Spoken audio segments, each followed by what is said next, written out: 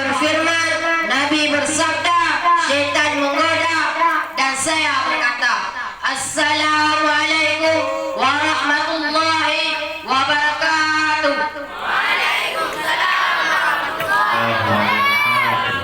Alhamdulillahi rabbil alamin, al-aqibatu lil muttaqin, wala udwana illa walal zalimin.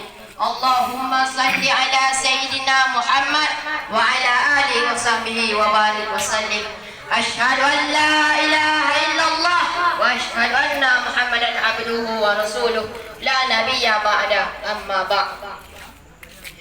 Mandung puja takwa kepada Allah Subhanahu wa taala, yang mana oleh Allah yang kali beri kita sehat badan, waras pikiran, sehingga kita dapat hadir pada tempat yang sangat mulia.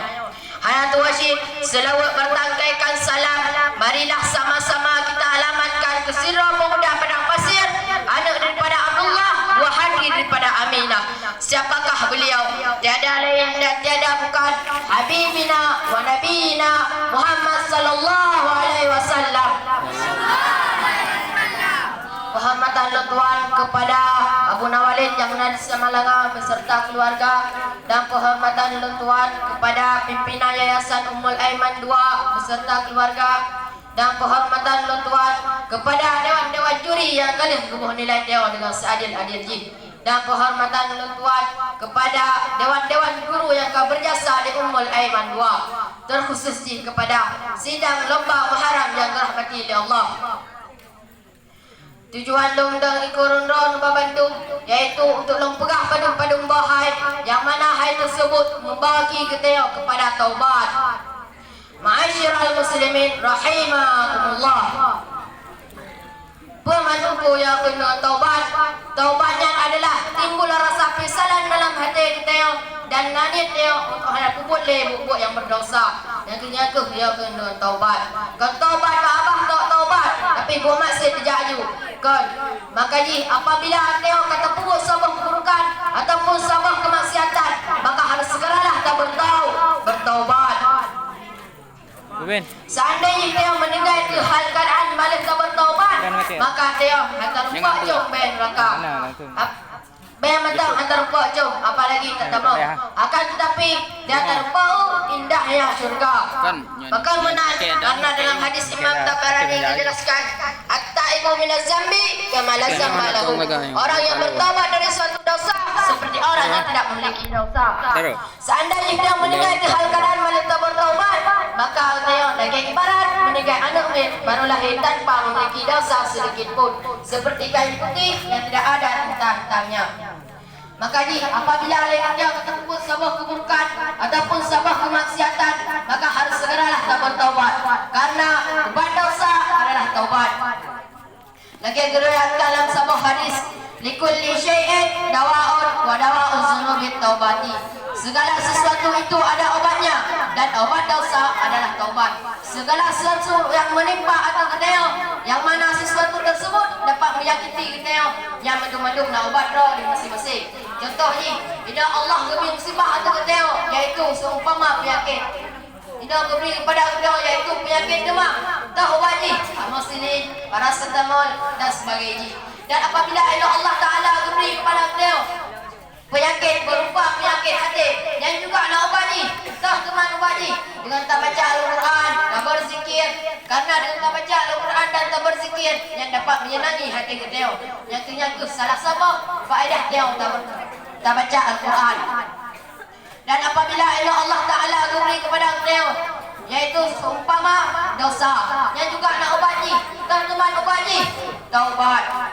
Segala sesuatu yang Allah beri kepada kita, yang mendung-mendung nak ubat roh di masing-masing. Ma'asyiral muslimin rahimakumullah.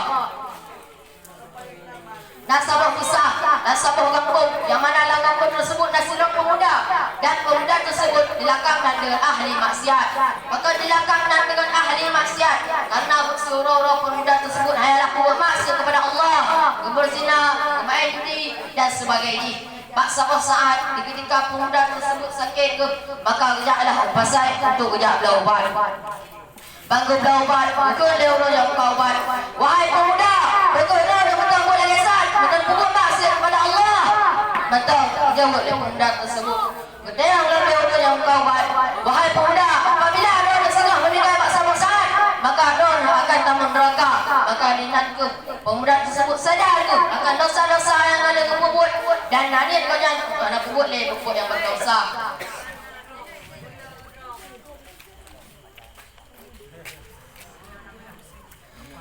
Maka gede yang lebih pemuda tersebut. Pergi Allah maka diterima kau balau dena dosa yang ada dalam kubur.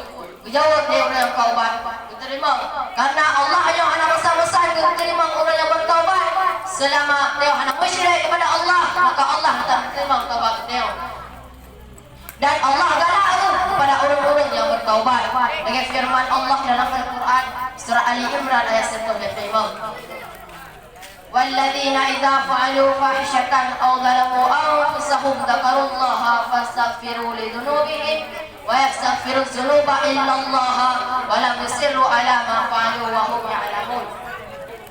Dan juga orang-orang yang apabila mengerjakan perbuatan keji atau menzalimi diri sendiri segeralah mengingat Allah lalu memohon ampun atas dosa-dosanya. Siapa lagi yang dapat mengampuni dosa selain Allah? Dan mereka tidak meneruskan perbuatan dosa itu sedang mereka mengetahui. Dan apabila ini oleh kita terlanjur dalam sebuah hubungan yang bersalah, maka segeralah mengingat kepada Allah. Ketika dia tak ingat kepada Allah, maka timbullah sebuah rasa penyesalan dalam hati dia dan nanti dia untuk anak kubur bubuk yang berdosa. Maka inilah kepampun dosa dia.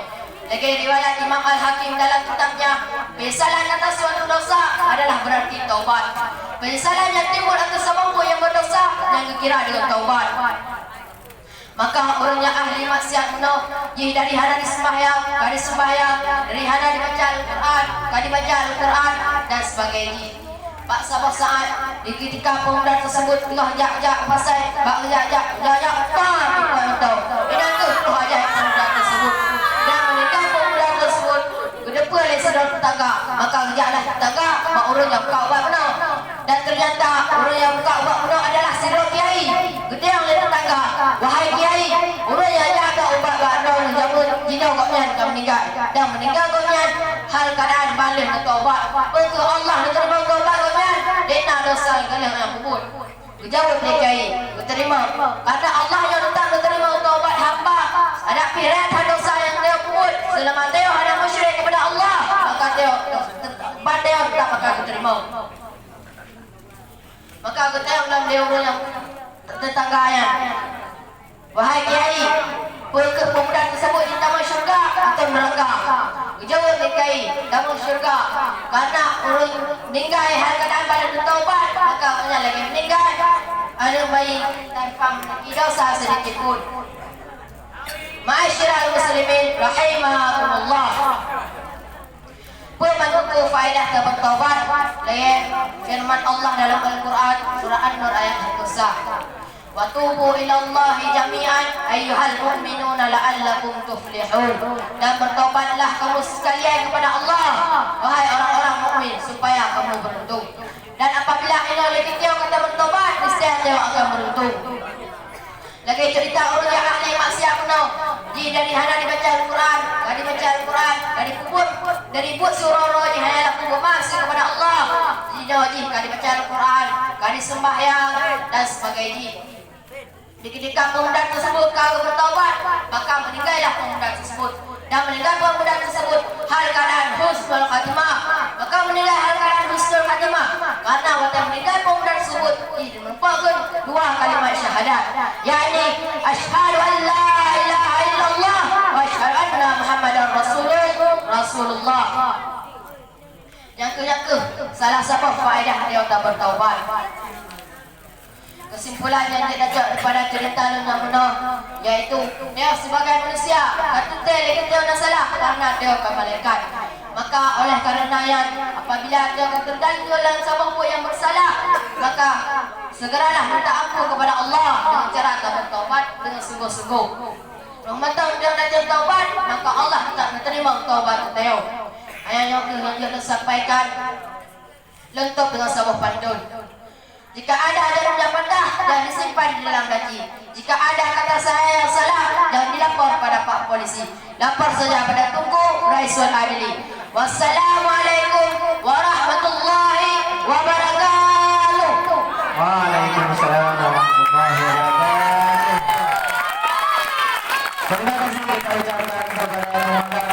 bagian 2 yang telah membawakan pidato bahasa Aceh yang bernama Raisul Adri dari kelas 21 utusan dari Kabinet Ronda